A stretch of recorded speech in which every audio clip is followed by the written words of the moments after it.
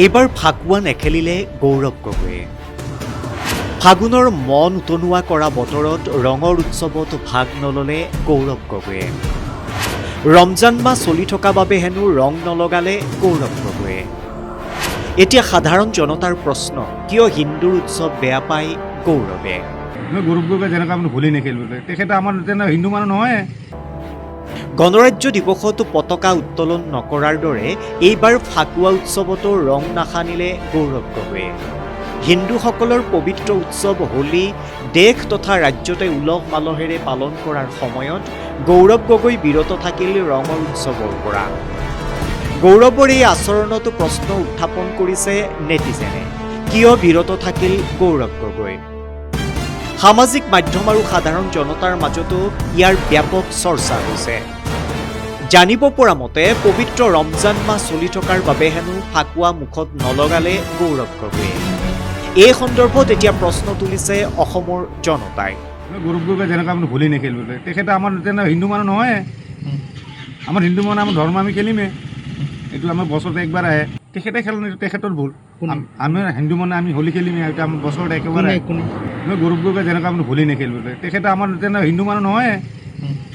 আমাৰ হিন্দু মানুহ আমাৰ ধৰ্ম আমি খেলিমেই, এইটো আমাৰ বছৰত একবাৰ আহে। তেখেতে খেল তেখেতৰ ভুল।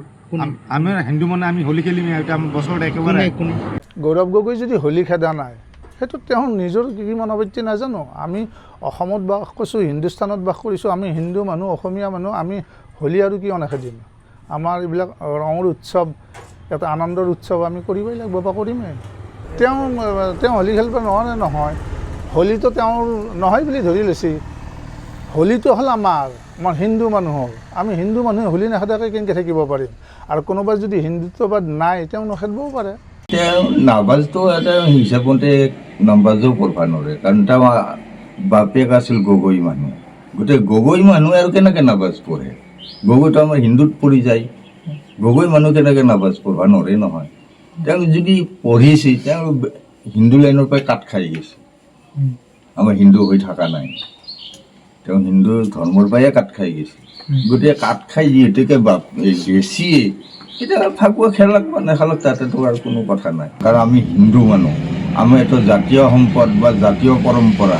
গতিকে আমি এইটো খেলিমেই বা খেলাটো উচিতো। আমাৰ ল'ৰা ছোৱালীখিনিহে শিকিব বা জানিব, এইটো আমাৰ হোলী আহিছিল, আমাৰ ফাকুৱাৰ উৎসৱ হোলী। গতিকে তেওঁতো বিদেশত থকা মানুহ, তেওঁ আমাৰ হিন্দু ধৰ্মৰ বিষয়ে বা হিন্দু ৰীতি নীতি এইখিনিতো তেওঁ কি জানিব?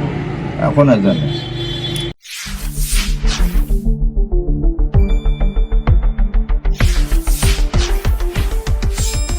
শুদ্ধ আৰু বিস্তৃত বাতৰিৰ বাবে চাই থাকক নিউজ ডেস্ক ৰিপৰ্ট।